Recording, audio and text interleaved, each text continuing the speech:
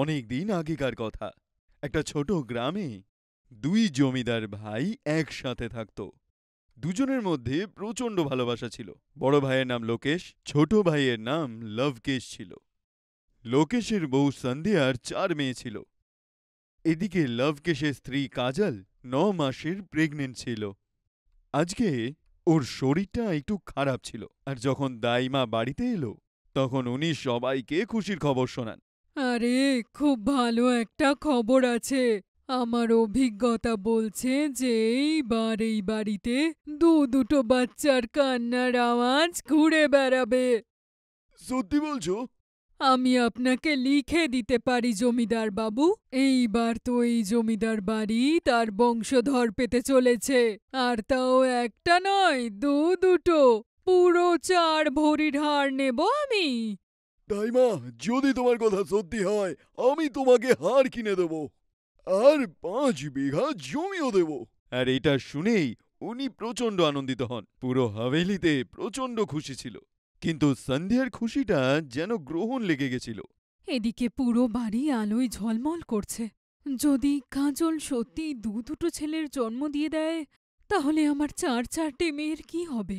আমার তো এই মহলে কোনো সম্মানই থাকবে না আর। ওর ২ ছেলে জমিদার হয়ে এখানে ঘুরে বেড়াবে, আর আমার মেয়েরা? না না না, এটা আমি কিছুতেই হতে দেব না। আর সেদিন রাত্রে সন্ধ্যা গায়ে শাল দিয়ে দাইমার বাড়িতে যায়। আরে জমিদার গিন্নি, আপনি এখানে এত রাতে?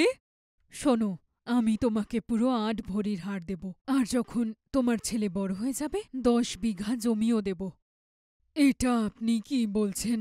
এত বড় উপহার? তাহলে কাজও বড়ই হবে। তুমি তো জানোই যে কাজল যে কোনো সময় বাচ্চাদের জন্ম দিতে চলেছে। আমার কথা শোনো, দুটো বাচ্চাই যেন ওখান থেকে গায়েব হয়ে যায়। কি করে হবে সেটা তুমি জানো, কিন্তু তোমার সারা জীবনে আর কখনো টাকার কোনো কমতি থাকবে না, আর না খাবারের। তাহলে বলো, তুমি রাজি? আমি কথা দিচ্ছি। হ্যাঁ, কথা দাও আমাকে। বিশ্বাস না হলে এই নাও, ২০,০০০ রাখো। এতগুলো টাকা দেখে দাইমা তার মাথা ঠিক রাখতে পারে না, আর সেই রাতেই উনি তার বোনের সাথে কথা বলে নেন। আর ওদিকে কাজলের ২ দিন পরেই প্রসব যন্ত্রণা হয়, আর ও ২ ছেলের জন্ম দেয়। দাইমা তখনই হাতে হাতেই নিজের বোনকে ২টো বাচ্চাই দিয়ে দেয়, আর নিজে অজ্ঞান হয়ে ওখানেই পড়ে যান। কাজের লোক যখন ভিতরে আসে তো দেখে যে কাজলও অজ্ঞান ছিল, আর দাইমাও। পুরো হাভেলিতে চিৎকার পড়ে যায়। দাইমা যখন জ্ঞানে ফিরল তখনও সবাইকে বলেন একজন লোক জানলা দিয়ে ভিতরে ঢোকে, এসে দাইমাকে এত জোরে ধাক্কা দেয় যে উনি পড়ে অজ্ঞান হয়ে যান। লোকেশ, যাও আর পুলিশে কমপ্লেইন করো, আর পুরো গ্রামে নিজেদের লোকদের ছড়িয়ে দাও। কে আমাদের এত বড় শত্রু হলো, যে আমাদের নিষ্পাপ শিশুটাকে চুরি করলো? আর যখনই এই কথাটা কাজলের কানে যায় ও কাঁদতে থাকে। তুমি কেঁদো না কাজল, সবাই ওদের খুঁজছে। বাচ্চা কোথাও হারাবে না। কে হবে এত নিষ্ঠুর যে ছোট বাচ্চাদের চুরি করে? দিদি, এসব কি হয়ে গেল? আমি তো আমার বাচ্চাদের চেহারাও দেখিনি। তুমি কেঁদো না কাজল, ওরা বাচ্চাদের খুঁজে আনবে। এই করে ১০ দিন কেটে গেল, কিন্তু বাচ্চাদের কোনো খোঁজ পাওয়া গেল না। ওদিকে সন্ধ্যা তাই মাকে ৮ ভরির একটা হার দেয়। কাজল আর লবকেশ নিজেদের বাচ্চাদের দুঃখে প্রচণ্ড দুঃখী হয়ে গেছিল। আরে ভাই, আমি সব জায়গা দেখে নিয়েছি, কিন্তু বাচ্চাদের কোথাও খুঁজেই পেলাম না। আমরা তো ওকে চোখের দেখাটুকুও দেখিনি। যদি আমরা দেখতাম আগে তাহলেও তো চিনতে পারতাম। দাদা, আমি এইটা বুঝতে পারছি না যে কে আমাদের এত বড় শত্রু হয়ে গেল। জানি না, যে জন্ম নিতেই বাচ্চাদের চুরি করে নিল। জানি না আমার বাচ্চাগুলো বেঁচে আছে নাকি। এরমটা বলো না ভাই, ওরা দুজনেই এই বংশের প্রদীপ। আর এদিকে ১ মাস পেরিয়ে যাওয়ার পর দাইমা তার বোনের বাড়ির দিকে যায়। দিদি, টাকা সত্যিই অনেক বড়। সত্যি বলছি, টাকার যদি দরকার না থাকতো তাহলে এত বড় পাপ করতাম না।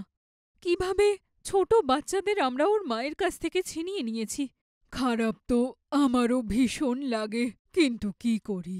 টাকার লোভ, সাথে জমির লোভ। আরে, সারা জীবন কেটে গেছে এই গরিবির মধ্যে একভাবে। এখন কি বুড়ো বয়সেও কষ্ট পেতে হবে? আর তুই টাকার চিন্তা একদম করিস না। প্রত্যেক মাসে ২০,০০০ করে দেব আমি। চাইলে আমি এই বাচ্চাদের মেরেও ফেলতে পারতাম, কিন্তু এই ছোট্ট প্রাণদের কি করে করি? আর তার উপর ওরা ছেলে, বড় হয়ে তোকে টাকা হাতে তুলে দেবে। মেয়ে হতো যদি, তাহলে তোকে খরচ করতে হতো। দিদি যাই হয়ে যাক, কিন্তু তাও জানি না কেন আমার এটা মনে হচ্ছে আমাদের দ্বারা অনেক বড় ভুল হয়ে গিয়েছে। এখন আর এত ভাবিস না, যা হবে দেখা যাবে। যদি ওর ভাগ্যে ওর ছেলেরা থাকে তাহলে ভগবান নিশ্চয়ই তা করবেন। আর তখন না তুই কিছু করতে পারবি না আমি। ততদিন তুই নিজের মুখ বন্ধ রাখ আর প্রত্যেক মাসে টাকা নে। এদিকে পুরো হাভেলিতে দুঃখের বাতাবরণ ছিল, আর ওদিকে কাজলের ২ ছেলে এখানে একটা গরিবের ঝুপড়িতে বড় হচ্ছিল। সময় কারোর জন্যই থেমে থাকে না, সে তো এগোতেই থাকে। নিজের গতিতে চলতে চলতে পুরো ১০ বছর কেটে গেল। একদিন তোমার মুখ এবার একটু বেশি চলছে না? আরে পুরো ১০ বছর হয়ে গেছে। প্রত্যেক মাসে তোমায় ৪০,০০০ দিই, আর এখন তুমি আমায় বলছো তোমার ১০ বিঘা জমি চাই? আওয়াজ একটু নিচে রাখুন জমিদার গিন্নি। যদি ২ বাচ্চা আজকে এই বাড়িতে থাকতো তাহলে ভাবো, পুরো মহল ওদেরই হতো। হ্যাঁ, আরে আমার কাছে কৃতজ্ঞ থাকো, আমি তোমার কাছে শুধু ১০ বিঘা জমি চেয়েছি। আর তাও তুমি আমায় বলেছিলে এটা। ১০ বছর হয়ে গেছে এখন। এত বছর ধরে আমিও অপেক্ষা করেছি জমিদার গিন্নি। পাগল হয়ে গেছো নাকি? জমি কি করে দেব আমি? এইসব তো ২ ভাই দেখে, তাই না? তোমাকে ১০ বিঘা জমি দিয়ে দিলে ওদের সন্দেহ হবে না? না, একদম না, এসব হবে না জমিদার গিন্নি। জমি তো আমি নিয়েই ছাড়ব। আর সন্ধ্যা তাকে ভয় দেখিয়ে দিয়ে যায় যে আজকের পর থেকে ও টাকা দিতেও আসবে না। আর এই কথাটা দাইমার খুব খারাপ লাগে। আরেকদিকে ওই হাভেলিতে যদি আমাদের বাচ্চারা বেঁচে থাকতো তাহলে আজকে ১০ বছরের হয়ে যেত। আজকে কারোরই সেটা মনে নেই যে আজকে ওদের জন্মদিন। আরে তুমি কি ভাবো যে শুধু তোমারই দুঃখ হয়, আমার দুঃখ হয় না? আরে আমি বাবা ছিলাম, আমারও দুঃখ হয়। পুরো ১০ বছর কেটে গেছে। জমিদার মশাই, কখনো কখনো ভাবি এত টাকা পয়সার কি হবে? আমরা আমাদের দুটো বাচ্চার প্রাণও বাঁচাতে পারলাম না।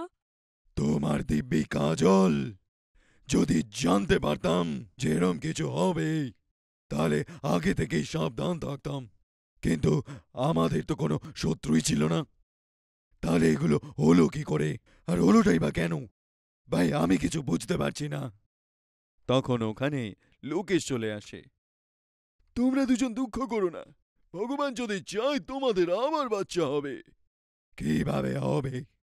ওই বাচ্চাদের হারিয়ে যাওয়ার পরে কাজল খুব ভয় পেয়েছে। এবারও দ্বিতীয়বার আর চেষ্টা করতেই চাইছে না। এইটা শুনে লোকেশেরও প্রচন্ড খারাপ লাগে। ওর মেয়েরা এখন জোয়ান হয়ে গেছিল, আর ও ওদের জন্য সম্বন্ধ দেখছিল। কিন্তু নিজের ছোট ভাইয়ের দুঃখটাও সে তার নিজের মধ্যে মেনে নিতে পারছিল না। ওদিকে দাইমা একদিন হঠাৎই ওই হাভেলিতে চলে আসে, আর লোকেশ উনাকে ওইখানটায় দেখে খুব হয়রান হয়ে যায়। যখন ও দাইমার পিছু নেয় তখন তাকে সন্ধ্যার সাথে কথা বলতে ও শুনে ফেলে। এসব কি হচ্ছে? তুমি বাড়াবাড়ি করছো। বাড়ির ভেতরে কি করে এলে? যদি কেউ দেখে নেয় তাহলে বিপদ হয়ে যাবে। আমার কথা শুনুন জমিদার গিন্নি, আমাকে এই হুমকি দেবেন না। আমিও কোনো যে সে খেলোয়াড় নই। তোমার কি মনে হয় যে তুমি আমায় ওই বাচ্চাদের সরিয়ে নিতে বললে তাই আমি সরিয়ে দিয়েছি? একদমই না। আজও এই বাড়ির ২ প্রদীপ কোথাও নিজেদের মতো জ্বলছে। যদি আপনি আমায় ১০ বিঘা জমি না দেন তাহলে আমি ২ ভাইকে সব বলে দেব। লোভের একটা সীমা হয়। নিজের মুখ বন্ধ রাখো, দেওয়ালেরও কান থাকে। যাও, চলে যাও এখান থেকে। আমি কিছু করছি। তোমার ওই ১০ বিঘা জমির ৪ দিন সময় দিচ্ছি আপনাকে। হয় আমাকে ১০ বিঘা জমি দিয়ে দিন, না হলে আমি 2 বাচ্চাকে নিয়ে আসব। বিশ্বাসঘাতক মহিলা, তুই ওদের বাঁচিয়ে রেখেছিস। এর বদলা আমি নিশ্চয়ই নেব। আপাতত তুই এখান থেকে যা, কেউ দেখে নেবে। আর দাইমা ওখান থেকে বাইরে চলে আসে। আর তখনই সামনে লোকেশকে দেখতে পেয়ে যায়। নমস্কার জমিদার মশাই, কেমন আছেন? আমি জমিদার গিন্নির সাথে দেখা করতে এসেছিলাম। উৎসব আসছে না, ভাবলাম যদি কিছু পেয়ে যাই। হ্যাঁ হ্যাঁ, কেন না, তুমি তো অনেক কিছু পাবে। আসো, আসো আমার সঙ্গে। দাইমা এটা ভাবে যে লোকেশ কিছুই শুনতে পায়নি।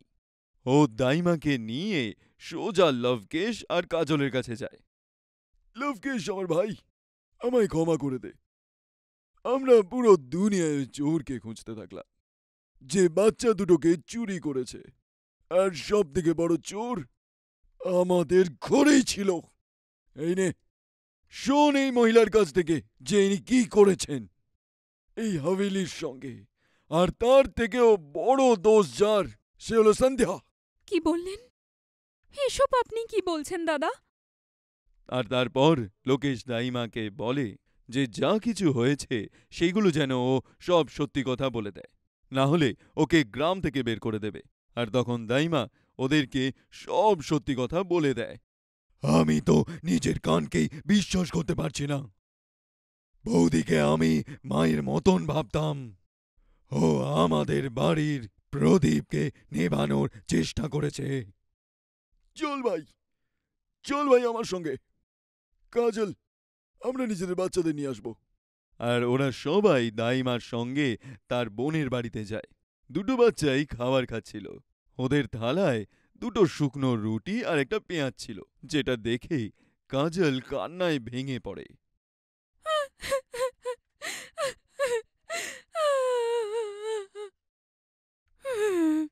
আমার বাচ্চারা এখানে এত কষ্টে আছে। আমাদের ক্ষমা করে দিন। পয়সার লোভে আমরা 2 বোন অন্ধ হয়ে গেছিলাম। কিন্তু জমিদার সাহেব, আপনি এর জন্যে আমাদের শাস্তি দেবেন না। আমরা আপনাদের বাচ্চাকে বাঁচিয়ে রেখেছি। তোমার আর কি দোষ? দোষ তো ওই মহিলার, যে তোমাকে এরম লোভ দেখিয়েছে। আর তারপর ওই দুটো বাচ্চাকে ওদের সঙ্গে ওরা নিয়ে আসে, যাদের নাম ওই দাইমার বোন লাভ আর কুশ রেখেছিল। 2 ভাই আর কাজল দুটো ছেলের সঙ্গে যখন হাভেলিতে ঢোকে তো সন্ধ্যা হয়রান হয়ে যায়। কারা এই বাচ্চা? এই গরিব বাচ্চারা? ওরা গরিব নয় দিদি, ওদের তুমি গরিব বানিয়েছ। লজ্জা করল না? একজন মা হয়ে একজন মায়ের কোল খালি করলে? এসব তুমি কি বলছো? চুপ করো! এত ভদ্র হয়ে দাঁড়িয়ে আছো? তুমি যেটা করেছ, তোমার কারবারের সব গোপন কথা জানা হয়ে গেছে। দাইমা আমাদেরকে সব বলে দিয়েছে। আর এই 2 বাচ্চা লবকেশের বাচ্চা, এই হাভেলির আসল ওয়ারিস। আর সন্ধিয়ার যখন সব দোষ সবার সামনে চলে আসে, ও সবার কাছ থেকে ক্ষমা চায়। উল্টো দিকে কাজল নিজের 2 ছেলেকে পেয়ে প্রচণ্ড খুশি হয়ে গেছে। আর লোকেশের 4 মেয়ে নিজেদের 2 ভাইকে মাথায় তুলে রাখত। বাহ বাহ, কি সুন্দর গন্ধ আসছে! হ্যাঁ, মনে হয় সুমিত্রা চাচি আজকে মটর পোলাও বানিয়েছে। হ্যাঁ, এই মাটার পোলাওয়ের গন্ধে তো আমার এখনই খিদে পেয়ে গেল।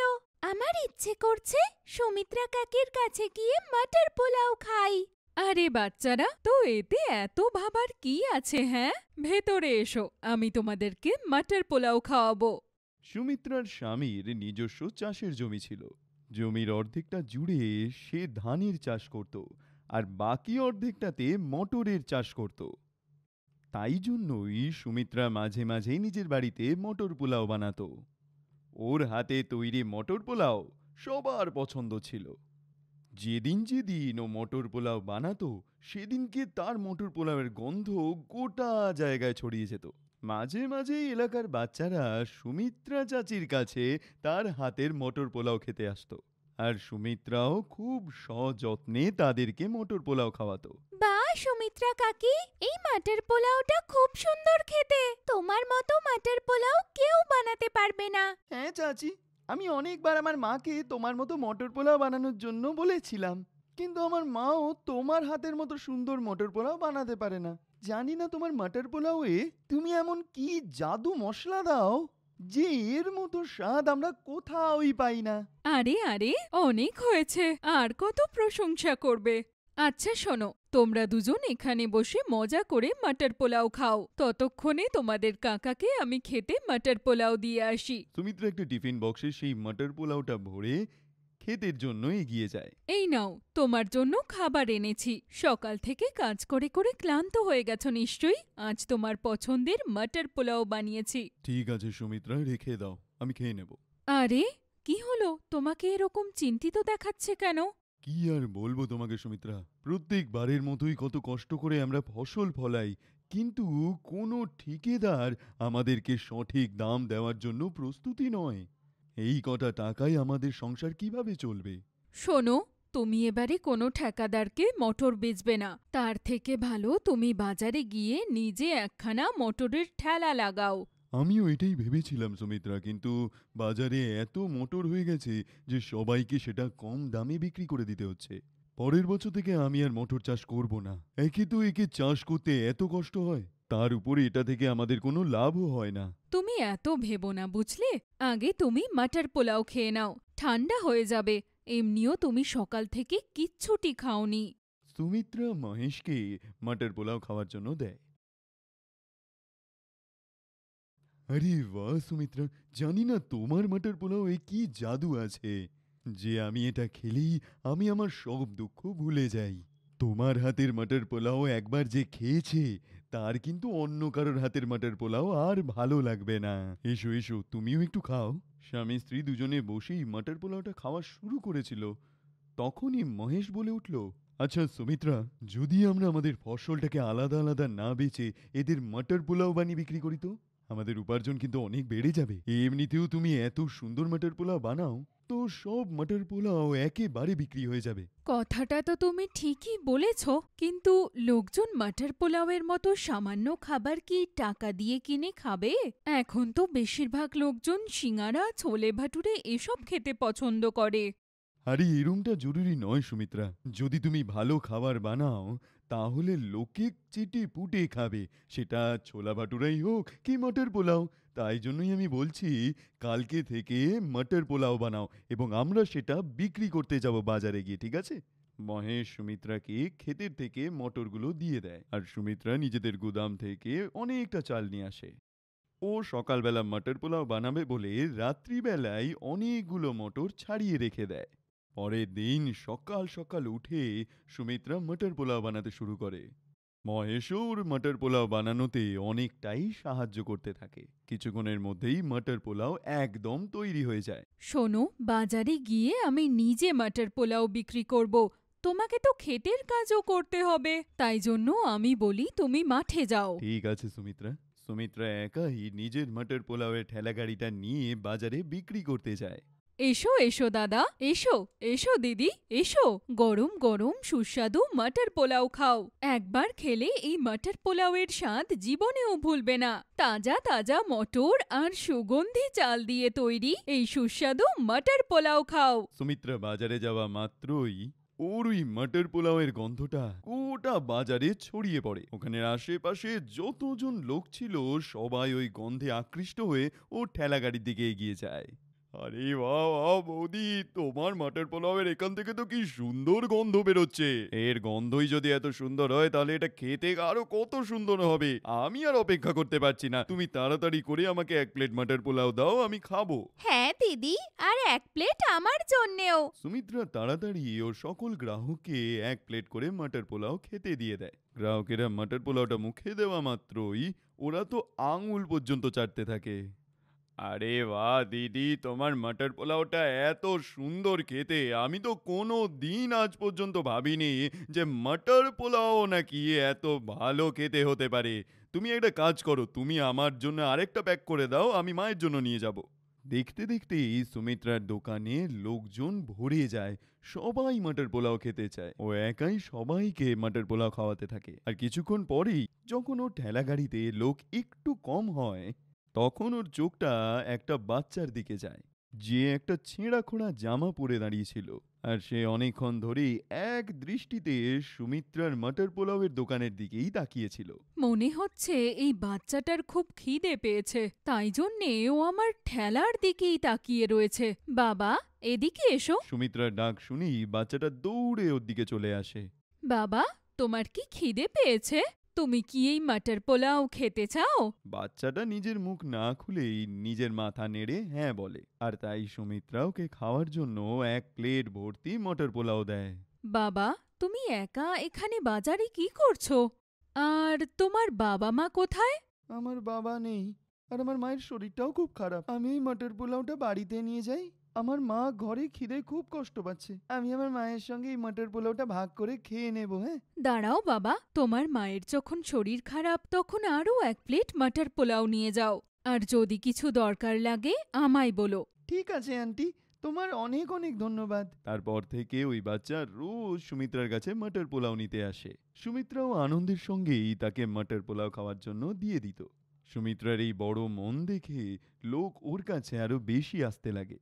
আর পুরো বাজারে সুমিত্রা গরিব মটর পোলাওয়ালির নামেই পরিচিত হয়ে গেল।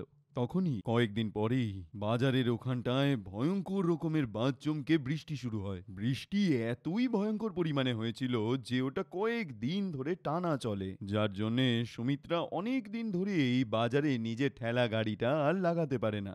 এইভাবে তো আমাদের মটর খারাপ হয়ে যাবে। সবজি বেশি দিন তাজা থাকে না। এই অবস্থায় আমি কি করে বাজারে মটর পোলাওয়ের ঠেলা লাগাই বলো তো? বাজারে চারিদিকে জল ভরে গেছে। সুমিত্রা এই জিনিসগুলো তার স্বামীকে বলছিলই, এমন সময় বাইরে কে যেন দরজা ঠকঠক করে। আরে, এই সময় বাড়িতে আবার কে এলো? তুমি দাঁড়াও, আমি এখানে দেখছি। মহেশ যখনই গিয়ে দরজাটা খোলে, তখনই ও দেখে সামনে ওই ছেলেটাই ভিজে জামা কাপড়ে দাঁড়িয়ে আছে। আরে বাবা, তুমি কে? আমি সুমিত্রা কাকির সঙ্গে দেখা করব, যে মটর পোলাও বানায়। আচ্ছা, তুমি ভিতরে এসো বাবু। আরে বাবা, তুমি এখানে? হ্যাঁ কাকি, তুমি আমাকে রোজ মটর পোলাও খাওয়াতে না, তাই আজ আমি তোমার থেকে সাহায্য চাইতে এসেছি। কিরকম সাহায্য বাবা? তুমি কি মটর পোলাও খেতে চাও? না কাকি, বানের জন্যে সবার বাড়ির আনাজ খারাপ হয়ে গেছে। কারোর জমিতে কিচ্ছু ভালো নেই। আমাদের ওখানে কারোর কাছে খাওয়ার কিছু নেই। তুমি সবার জন্য মটর পোলাও বানিয়ে দেবে? সবাই অনেক দিন ধরে কিছু খায়নি, আমরাও খাইনি। ওই ছেলেটার সব কথা শুনে সুমিত্রার খুব কষ্ট হয়। ওর চোখ জলে ভরে ওঠে।